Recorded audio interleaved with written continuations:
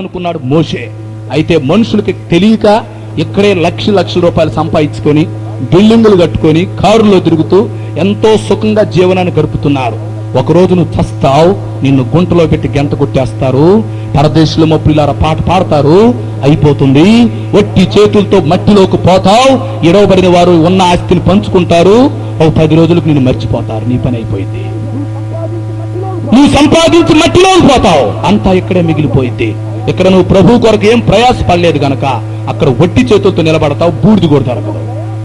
ఇక్కడ నువ్వు ప్రయాస పడితే, ఇక్కడ ప్రభు కొరకు నువ్వు సేవ చేస్తే, ఇక్కడ నువ్వు ఆత్మలను రక్షిస్తే, ఇక్కడ నువ్వు డబ్బు ఖర్చు పెడితే, రేపు న్యాయపీఠం దగ్గర 5 రకాల ప్రతిఫలాలు. అందులో ఒకటి ఏంటి చెప్పండి? మెప్పు. ఆయన ప్రత్యక్షమైనప్పుడు మెప్పు, మహిమ, ఘనత నీకు కలుగును. కొన్ని కోట్ల మంది ఎదుట నిన్ను పిలుస్తాడు ప్రభు. అందరూ నిన్ను చూస్తా ఉంటారు, కోట్ల ముఖాలు నిన్ను చూస్తుంటాయి. నిన్ను చూస్తుంటారు. ఈ బిడ్డను పిలిచారు, ఈ బిడ్డ ఏం చేశాడో ప్రభు చెప్తున్నాడు విందాం అని కోట్లాది మంది ప్రజలు నీ వైపు చూస్తా ఉంటారు. అప్పుడు ప్రభువు తన నోరు తెరచి నిన్ను ప్రశంసిస్తాడు, నిన్ను మెచ్చుకుంటాడు, నిన్ను పొగుడుతాడు. మనుషులతో పొగిడించుకోకూడదు. మనుషులు మిమ్మల్ని పొగిడిన ఎడల మీకు శ్రమ అని బైబిల్లో ఉంది. మనుషులతో పొగిడించుకోవటం కాదు, దేవునితో పొగిడించుకోండి. దేవుడు పొగిడే రోజు కూడా ఒకటి రాబోతుంది, దేవుడు మెచ్చుకునే రోజు ఒకటి రాబోతుంది. కనుక ఆయన దగ్గర ఉన్న ప్రతిఫలాల్లో ఒకటి ఏంటంటే మెప్పు. ఆ దృశ్యం నేను జ్ఞాపకం చేసుకుంటున్నప్పుడు నాకు చాలా సంతోషం అనిపిస్తా ఉంది. ఒక 1000 మందిలో లేక ఒక 2-3 వేల మందిలో మనల్ని మెచ్చుకుంటే ఎంత అతిశయమో, ఎంత సంతోషిస్తామో, మన హృదయం ఎంత ఆనందంతోనో తప్పించిపోయింది. అయితే కోట్ల మంది ఎదుట నిన్ను మెచ్చుకుంటే ఆ దృశ్యం ఎలా ఉంటుందో మీరు ఊహించండి ప్రియులారా. ప్రభు మనల్ని మెచ్చుకునే గడియ ఒకటి రాబోతుంది, అదే న్యాయపీఠం. రెండవది, ఒకటి ఏం చేస్తాడంటే ఆయన మెచ్చుకుంటాడు. రెండవది ఏం చేస్తాడంటే ప్రియులారా, మెచ్చుకున్న తర్వాత ఆయన దగ్గర కొన్ని కిరీటాలు ఉన్నాయి. ఒక్కొక్కరిని పిలిచి కోట్ల మంది ఎదుట ఆ కిరీటాలు ధరింపచేస్తాడు. ఆ కిరీటాల గురించి చెప్పాలంటే అది ఇంకో ప్రసంగం అయింది, నేను చెప్పట్లేదు. అయితే కిరీటాలు గుర్తు చేస్తాను. న్యాయపీఠం దగ్గర ఉండే మొదటి ప్రతిఫలం మెప్పు, రెండవ ప్రతిఫలం కిరీటాలు. ఆయన దగ్గర కొన్ని కిరీటాలు ఉన్నాయి, ఆ కిరీటాలు ఇస్తాడు. వాటిలో కొన్నిటి నేను గుర్తు చేస్తాను. కొరింథీయులకు రాసిన మొదటి పత్రిక 9:25లో అక్షయ కిరీటం. అబ్బా, దాని పేరు చూడండి, అక్షయ కిరీటం. అంటే క్షయము కానిది, లక్షల కోట్ల సంవత్సరాలు స్థిరముగా నిలబడే కిరీటం కొంతమందికి లభిస్తుంది. రాజు కిరీటం ఎగిరిపోతుంది, రాజు చనిపోతే కిరీటం తొలగిపోతుంది, రాజు యుద్ధంలో ఓడిపోతే కిరీటం తొలగిపోయింది. అయితే ప్రభు ఇవ్వబోతున్నాడు ఒక కిరీటం, ఇది అక్షయ కిరీటం. ఎవరైతే ప్రభు కొరకు నీతిగా నిలబడతారో, ఎవరైతే ఈ భక్తి అనేటువంటి పందెపు రంగంలో గెలుస్తారో, ఎవరైతే సక్రమంగా భక్తి చేస్తారో, ఎవరైతే నీతి కలిగి పరిశుద్ధత కలిగి జీవిస్తారో వారికి అక్షయ కిరీటం. కొంతమందిని పిలిచి అక్షయ కిరీటాన్ని ఇస్తాడు ప్రభు. రెండవది అతిశయ కిరీటం. దెస్సలోనికీయులకు వ్రాయబడిన మొదటి పత్రిక 2:19 మీరు చూస్తే రెండవది అతిశయ కిరీటం. ఈ కిరీటం ఎలా ఉండిద్దో మనం ఊహించలేం, కానీ ఈ కిరీటం పెట్టుకున్న వారు కోట్ల మందిలో అతిశయిస్తా ఉంటారు అన్నమాట. అంటే ఇంకోళ్ళకి అతిశయమే అతిశయం. అతిశయ కిరీటం ఇది ఎవరికి లభిస్తుందంటే, భూలోకంలో ఎవరైతే ఎక్కువగా సువార్త ప్రకటించి ఆత్మలను రక్షిస్తారో వారికి ఇవ్వబడింది ఈ కిరీటం. అక్షయ కిరీటమేమో భక్తి పందెములో గెలిచిన వాళ్ళకి. భూలోకంలో ఎవరైతే నమ్మకంగా భక్తి చేస్తారో, యథార్థంగా ఉంటారో, పరిశుద్ధంగా ఉంటారో, సత్క్రియలు చేస్తారో, పందెపు రంగంలో గెలుస్తారో వారికి ఇచ్చే కిరీటం స్టాండర్డ్ అక్షయ కిరీటం. అంటే విజయ కిరీటం, అది దానికి తిరుగులేదు. రెండవది అతిశయ కిరీటం, ఇది సువార్త ప్రకటించే వారికి. ఎంతమందినైతే నశించిపోతున్న ఆత్మలను నువ్వు రక్షిస్తావో, ఆ ఆత్మలను రక్షించిన దాన్ని బట్టి నువ్వు అక్కడ గర్వించడానికి కోట్ల మంది ఎదుట నీకు అతిశయ కిరీటం ఇవ్వబడుతుంది. ఆ కిరీటాల ముందు ఈ ఉద్యోగాలన్నీ మట్టి. ఇక్కడ డాక్టర్లు అవ్వచ్చు, ఇంజనీర్లు అవ్వచ్చు, కలెక్టర్లు అవ్వచ్చు, మినిస్టర్లు అవ్వచ్చు, కోటీశ్వర్లు అవ్వచ్చు, సినీ యాక్టర్లు అవ్వచ్చు. అతిశయ కిరీటం ఎదుట ఎవడో నిలబడలేడు. అతిశయ కిరీటం ఎవరికి? నశించిపోతున్న ఆత్మలను రక్షించే వారికి. ఆ కిరీటం కాదు ఎవడు పెట్టగలడు? ఈ ప్రపంచం మొత్తం నమ్మి పడేస్తే ఆ కిరీటం కాస్ట్కు సరిపోతుందా? చాలదేమో. ఈ ప్రపంచం మొత్తాన్ని అమ్మేస్తే ఆ కిరీటం యొక్క కాస్ట్కు చాలదు. అతిశయ కిరీటాలు ఉన్నాయి. పౌలు గారు అంటాడు దశలోనికే పత్రికలో, కావున నేను అపేక్షించుతున్న నా ప్రియులారా, నా అతిశయ కిరీటము మీరే. అంటే నేను మిమ్మల్ని రక్షించాను గనక మిమ్మల్ని బట్టి నాకు ఒక కిరీటం దొరికింది. అక్కడ మీరు నాకు అతిశయ కిరీటముగా ఉంటారు. అవును ప్రియులారా, ఈ న్యాయపీఠం ఎంత గొప్పదండి. న్యాయపీఠంలో ఒకటే మెప్పు, రెండవది కిరీటాలు. ఆ కిరీటాల్లో ఒకటి అక్షయ కిరీటం గురించి చెప్పాను, రెండవది అతిశయ కిరీటం. మూడవది ప్రియులారా ఇంకా గొప్ప కిరీటం ఉంది, అది నీతి కిరీటం. నీతి కిరీటం. పౌలు భక్తుడు అంటారు 2 తిమోతి పత్రిక 4:9 అంటారు, 4:8, ఇక మీదట నా కొరకు నీతి కిరీటం ఉంచబడినది. నీతి గల న్యాయాధిపతి అది నాకు మాత్రమే కాదు గాని తన ప్రత్యక్షతను అపేక్షించు వారందరికీ ఇస్తాడు. మూడవది నీతి కిరీటం. ఇది ఎవరికి తెలుసునా? మంచి పోరాటం పోరాడిన వారికి. అంటే భూలోకంలో నీకు ఏ పని అయితే అప్పగించబడిందో ఆ పని, ఆ డ్యూటీ నువ్వు సిన్సియర్ గా చేస్తే, ఆ పని నువ్వు ఫుల్ఫిల్ చేస్తే నీకు నీతి కిరీటం ఇవ్వబడుతున్నట్టు. అంటే you are a honourable man. Honest, నమ్మకత్వాన్ని గుర్తించే కిరీటం అది నీతి కిరీటం. అంటే అతడు తనకు అప్పగించబడిన పనికి న్యాయం చేకూర్చాడు. దేవుడు ఒక్కొక్కరికి ఒక్కొక్క పని అప్పగిస్తాడు భూలోకంలో. ఆ పనిని నమ్మకంగా ఎవరైతే చేసి న్యాయపీఠం దగ్గర నిలబడతారో, ఆయన ప్రత్యక్షత కొరకు ఎదురు చూస్తారో వారికి నీతి కిరీటం. పౌలు గారు మంచి పోరాటం పోరాడారు, తన విశ్వాసాన్ని కాపాడుకున్నాడు గనుక అంటున్నాడు, ఇక మీదట నా కొరకు నీతి కిరీటం ఉంచబడింది. అది నాకు మాత్రమే కాదు, నాలాగా ఎంతమంది అయితే ఉంటారో, ఎంతమంది అయితే ఆ ప్రత్యక్షత కొరకు ఎదురు చూస్తారో వారందరికీ ఆ కిరీటం దొరికిందని చెప్పాడు. సో మూడవది నీతి కిరీటం. నాలుగవది ఇంకోటి ఉంది, అది ప్రియులారా జీవ కిరీటం. ఇది ఎవరికో చెప్పమంటారా? యాకోబు పత్రిక 1:12 ప్రకారం, ప్రకటన గ్రంథం 2:10 ప్రకారం, యాకోబు పత్రిక 1:12, ప్రకటన గ్రంథం 2:10 ప్రకారం మరొక కిరీటం వస్తుందండి, పట్టుకోండి దాన్ని. అది జీవ కిరీటం. ఇది ఎవరికి? భూలోకములో శ్రమలు వచ్చినప్పుడు శ్రమలలో నిలబడిన వారికి, భూలోకములో శోధనలు వచ్చినప్పుడు శోధనలు జయించిన వారికి. జనులు నిన్ను కొట్టినప్పుడు, నిన్ను తిట్టినప్పుడు, నిన్ను హింసించినప్పుడు, లేక నిన్ను చంపితే, లేక నిన్ను నష్టపరిస్తే, నీ మీద నిందలేస్తే, లేక నీకు శోధనలు వస్తే, నీకు శ్రమలు వస్తే, ఆ శోధనల్లో నువ్వు నిలబడితే, ఆ శ్రమలలో నీవు నిలబడితే నీకు ఒక అద్భుతమైన కిరీటం దొరకబోతుంది బేమా. అదే జీవ కిరీటం. యాకోబు పత్రికలు అంటారు, శోధనను సహించిన వాడు ధన్యుడు, ప్రభువు తనకు వాగ్దానం చేసిన జీవ కిరీటం ఇస్తాడు అంటాడు. మన దేవుడు ఎంత మంచి దేవుడు అండి. చాలా మంది అనుకుంటున్నారు, ఏంటా నాకు శ్రమలు వస్తున్నాయి, దేవుడు ఏంటా నన్ను పట్టించుకోవట్లేదు అనుకుంటున్నారు. దేవుడు పట్టించుకోకపోవటం కాదు, ఆ శ్రమను దేవుడే రప్పిస్తున్నాడు నీకు. ఎందుకు? నీ తల మీద కిరీటం పెట్టడానికి.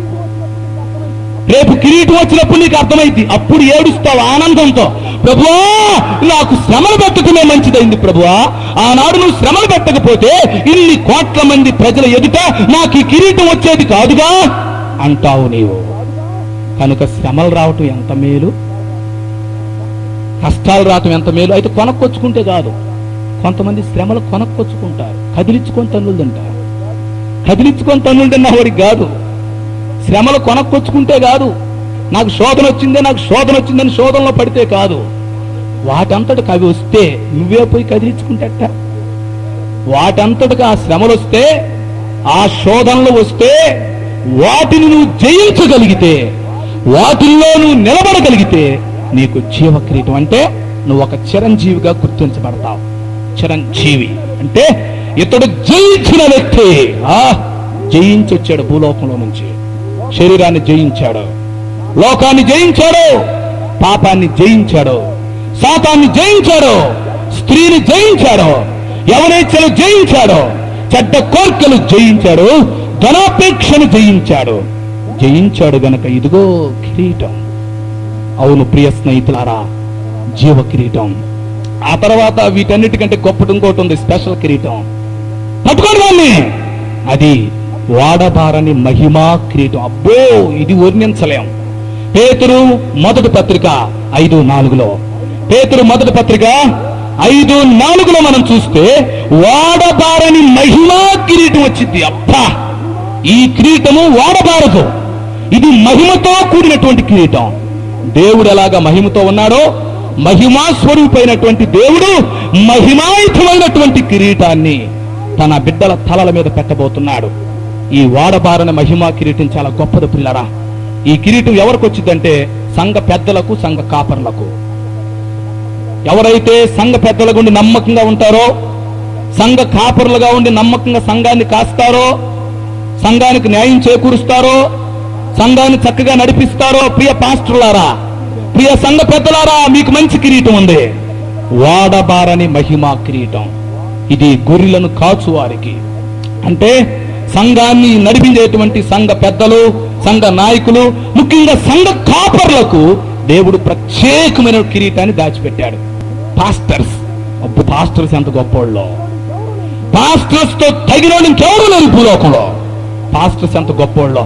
అప్పుడు అనుకుంటారు, ఆ పాస్టర్ల తల మీద మహిమ కిరీటం పెడతా ఉంటే ఒక్కొక్కరు అనుకుంటారు, నేను కూడా పాస్టర్ అయితే బాగుండేదే, డాక్టర్ అయ్యానే, బిఏ బెగ్గొట్టేనే, అయ్యయ్యో బీటెక్ బెగ్గొట్టాను, నేను బీటెక్ అన్నాను, ఎంటెక్ అన్నాను, ఎంబీఏ అన్నాను, ఐఏఎస్ అన్నాను, ఐపీఎస్ అన్నానే, మినిస్టర్ అవ్వాలనుకున్నాను, రాజకీయ నాయకుడు అవ్వాలనుకున్నాను, ఈ పాస్టర్ ముందు నేను చెత్త అయిపోయానని అప్పుడు అర్థమైంది. ఇప్పుడు పాస్టర్లు అంటే విలువ తెలియట్లేదు కదా మీకు. పాస్టర్లు అంటే ఏమనుకుంటున్నారు మీరు? పాస్టర్లు అంటే పని లేని వాళ్ళు అనుకుంటున్నారు కదా. నిన్న పాస్టర్లను తిడతా ఉంటూ కొంతమందికి ఎంత ఆనందం వేసిందో కదా. ఇప్పుడు తెలియదు మీ సంగతి. పాస్టర్లు అంటే ఏమనుకుంటున్నారు?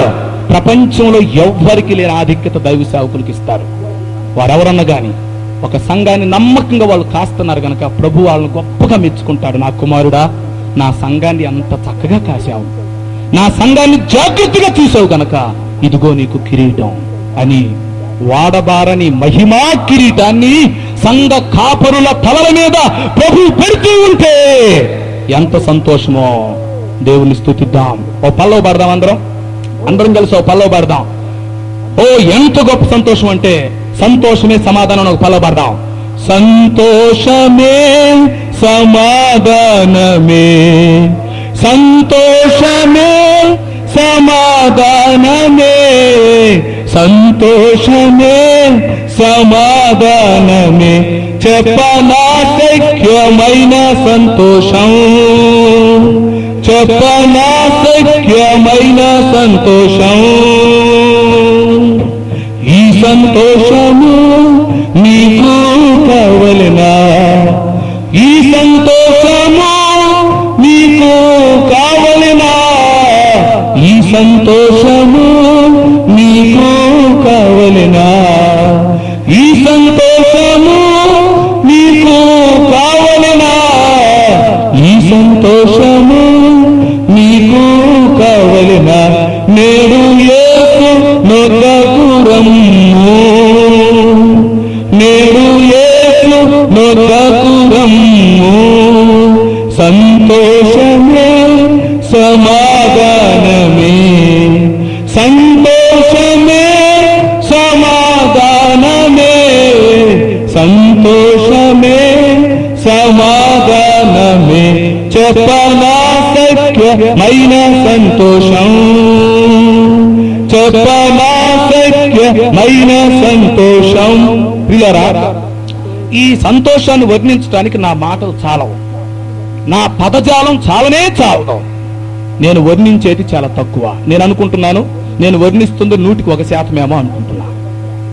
క్రీస్తు న్యాయపీఠము దగ్గర సంఘము నిలబడితే, బహుమానాలు తీసుకుంటా ఉంటే ఆ దృశ్యం ఎంత గొప్పదో. 5 రకాల ప్రతిఫలాలు. 1 మెప్పు, 2వది కిరీటాలు. వారి వారి సేవను బట్టి, వారి వారి పనులను బట్టి రకరకాల కిరీటాలు అక్కడ తలల మీద పెట్టబడతాయి. 3వది ఏంటంటే ప్రియులారా, 3వ ప్రతిఫలం బహుమానాలు. మరి ప్రభు ఏమిస్తాడో తెలియదు. ఎవరెవరి కోసం ఏమి దాచిపెట్టాడో, ఎవరెవరు చేసిన ప్రయాసకు ఏమి దాచిపెట్టాడో అన్నాడు. నేను సిద్ధపరిచిన జీతం నా వద్ద ఉంది అన్నాడు. ఇదే బహుమానం. అబ్బా, ప్రకటన గ్రంథం 22:12 చూడండి. ఇదిగో నేను త్వరగా వచ్చుచున్నాను, వాని క్రియల చొప్పున ప్రతి వానికి ఇచ్చుటకు నేను సిద్ధపరిచిన జీతం నా వద్ద ఉంది. ఈ జీతాన్నే బహుమానం అంటున్నాను. మూడవది, ప్రభు ఒక్కొక్కరిని పిలిచి వారు చేసిన పరిచర్యను లెక్కిస్తాడు. వారి యొక్క సత్క్రియలు, వారు చేసిన సోషల్ వర్క్, వారు ఖర్చు పెట్టిన డబ్బు, వారు పడిన ప్రయాస, వారు పడిన శ్రమలు అవన్నీ గుర్తించి ప్రియులారా ఒక్కొక్కరికి రకరకాల బహుమానాలు ఇస్తాడు. మరి ఎలాంటి బహుమానాలు ఇస్తాడో నాకు అర్థం కావట్లా. ఆ ప్రభు దగ్గర ఎలాంటి బహుమానాలు ఉన్నాయో. మనుషులు ఇచ్చే బహుమానాలు చాలా విచిత్రంగా ఉంటాయి కదా. విలువైన బహుమానాలు ఇస్తుంటారు మనుషులు, అందమైన బహుమానాలు ఇస్తుంటారు ఒకరికొకరు, గిఫ్ట్స్. అయితే మనుషులు ఎలాంటి బహుమానాలు ఇస్తుంటే మన ప్రభు మనకి ఎలాంటి బహుమానాలు ఇస్తాడో, ఎంత గొప్ప బహుమానాలు మన కొరకు దాచిపెట్టాడో ఆ బహుమానం పొందుకుంటావా? ఒక్కొక్కరికి ఒక్కొక్క బహుమానం ఇస్తే మరి నీకే బహుమానం వచ్చిందో, నీ కొరకు ఎలాంటి బహుమానం ఆయన తీసుకురాబోతున్నాడో, నీకు ఎలాంటి జీతాన్ని ఇవ్వబోతున్నాడో అర్థం చేసుకోండి. మూడవది బహుమానాలు. ఓకే, నాలుగవది ఇంకా విచిత్రం చెప్తాను వినండి. ఆ న్యాయపీఠం దగ్గర దొరికే నాలుగో ప్రతిఫలం, అక్కడ పదవులు కేటాయించబడతాయి. పదవులు క్రీస్తు 1000 ఏండ్ల పరిపాలనలో ఎవరెవరు ఏం చేయాలి. అబ్బో, ఇక్కడ 5 సంవత్సరాల ఎలక్షన్లో మంత్రుల కోసం దన్నుకుంటున్నారు. ఇక్కడ ఒక 25-30 సంవత్సరాలు చేసే ఉద్యోగం కోసం కష్టపడి చదువుతున్నారు, లంచం ఇచ్చి ఉద్యోగం తెచ్చుకుంటున్నారు, మళ్ళీ రిటైర్డ్ అయిపోతారు. అయితే ఇక్కడ న్యాయపీఠం దగ్గర నాలుగవది పదవులు ఇవ్వబోతున్నాడు. ఒక్కొక్క పదవి కాలం 1000 సంవత్సరాలు. యేసుక్రీస్తు భూలోకానికి వచ్చి 1000 సంవత్సరాల రాజ్యాన్ని స్థాపిస్తాడు. ఆ 1000 ఏండ్ల పరిపాలనలో సంఘానికి పదవులు కేటాయించబోతున్నాడు. విశ్వాసులు, సంఘ పెద్దలు, సేవకులు, మిషనరీలు, సువార్థికులు ఒక్కొక్కరు వారు పడిన ప్రయాసను బట్టి, నా కుమారుడు ఇదిగో నువ్వు ఒక గ్రామాన్ని పరిపాలించు, నువ్వు 5 గ్రామాలు పరిపాలించు, నువ్వు 10 గ్రామాలు పరిపాలించు. క్రీస్తు 1000 ఏండ్ల పరిపాలనలో నీకు ఏ అధికారం వచ్చిందో చూసుకో, ఏ పదవిలో ఉంటావో చూసుకో. ఇక్కడ 5 సంవత్సరాల 10 సంవత్సరాల పదవుల కోసం కాదు. సంఘ పెద్దలుగా ఉండటానికి సంఘంలో ఎలక్షన్స్ పెట్టి పోలీసులు తెచ్చి సంఘాన్ని రొచ్చు చేసేస్తున్నారు. వీళ్ళు సంఘాన్ని కోర్టు పాలు చేసి బొస్టు పెట్టిస్తున్నారు. సంఘంలో ట్రెజరర్గా ఉండి డబ్బులు తిని దొంగలవుతున్నారు. ఇక్కడ పదవులు కాదు బాబు. సంఘాల్లో పదవుల కోసం ఎలక్షన్లు పెట్టి తన్నుకోవాల్సిన పని లేదు. రాజకీయ నాయకులుగా పోటీ చేసి డబ్బు ఖర్చు పెట్టి చీ అనిపించుకొని చా అనిపించుకొని నాయకులు అవ్వాల్సిన పని లేదు. ఏదో ఒక 25-30 సంవత్సరాలు ఉండే ఉద్యోగం కోసం ఎక్కడ తిప్పలు పడుతున్నావు. ఇదిగో రా, నీకు పదవి కావాలంటే 1000 సంవత్సరాల పదవి కదిలిచ్చేవాళ్ళు లేడు. ఏ పదవి తీసుకుంటావో తీసుకో చూద్దాం. ప్రభువు న్యాయపీఠం దగ్గర నాలుగవది పదవులు ఇవ్వబోతున్నాడు. ఈ ప్రపంచం మొత్తాన్ని 1000 సంవత్సరాలు పరిపాలించాలి. పరిపాలించేది ప్రభువు. అయితే ప్రభువు తన సంఘాన్ని సహాయంగా తీసుకుంటాడు. ఆయన రారాజుగా ఉంటాడు. ఆయన రాజులకు రాజుగా, ప్రభువులకు ప్రభువుగా ఉంటాడు. మనమేమో రాజులైన యాజక సమూహంగా ఉంటాం. ఆయన రాజులకు రాజు, ప్రభులకు ప్రభు. మనము రాజులైన యాజక సమూహం. ఒక్కొక్కరికి ఎలాంటి పదవులు వస్తాయో, ఎవరు మినిస్టర్లు అవుతారో, ఎవరు కలెక్టర్లు అవుతారో, ఎవరు అటెండర్లు అవుతారో, ఎవరు ఏ పనిలో ఉంటారో అది మీకు మీరే నిర్ణయించుకోవాలి. అంటే ఆలోచించుకోండి. మీరు చేసే పనిని బట్టి ఈ భూలోకంలో ప్రభు కొరకు నువ్వు ఎంత శ్రమ పడుతున్నావో, ప్రభు కొరకు నువ్వు ఎంత కష్టపడ్డావో, ప్రభు కొరకు నువ్వు ఎన్ని నిందలు పడ్డావో, ప్రభు కొరకు నువ్వు ఎంత ప్రయాసపడ్డావో. ప్రభు నీకు అన్యాయం చేసేవాడు కాదు, నిన్ను మర్చిపోయేవాడు కాదు. ఒక రోజు వస్తుంది, ఆ రోజు నిన్ను పిలుస్తాడు, ఏడ్చుకుంటూ ఆయన దగ్గరికి వస్తావు. ప్రభువా ప్రభువా నేను ఇలా కష్టపడ్డానంటే అప్పుడు నీ కళ్ళకు నీళ్లు తుడుస్తాడు ఆయన. ఆయన మన కన్నుల నుండి ప్రతి బాష్ప బిందువును తుడిచివేయును. ఆయన మన కన్నీరుని తుడిచి, నా కుమారుడా భూలోకంలో ఎంత కష్టపడ్డావు, ఎన్ని రోజులు పస్తున్నావు నా కోసం, సంఘం కట్టడానికి ఎంత ప్రయాసపడ్డావు, ఎన్ని నిందలు వచ్చినప్పుడు నువ్వు నిలబడ్డావు, నా కొరకు ఎన్ని శ్రమలు అనుభవించావు, నా కొరకు హతసాక్షిగా మరణించడానికి కూడా నువ్వు సాహసించావు. ఇదిగో రా, ఇదిగో నీ పదవి అని మన ప్రభువు మనలను రాజులైన యాజక సమూహంగా గుర్తిస్తాడు, మనకు పదవులు ఇస్తాడు. తిమోతికు రాసిన 2వ పత్రిక 2:13 చూసుకోండి. తిమోతికు రాయబడిన 2 పత్రిక 2:13 ఏముందంటే, మనము ఆయనతో కూడా సహించిన వారమైతే ఆయనతో కూడా ఏలుదుము. అబ్బా, ఈ మాట నాకు ధైర్యాన్ని కలిగిస్తుంది, సంతోషాన్ని కలిగిస్తుంది. మనము ఆయనతో కూడా సహించిన వారమైతే ఆయనతో కూడా ఏలుదుము. ఈ భూలోకంలో మనం ఆయన కొరకు సహించుకోగలిగితే, నిలబడగలిగితే, పరిచర్య చేయగలిగితే రేపు ఆయనతో కలిసి మనం ఏళ్తాం.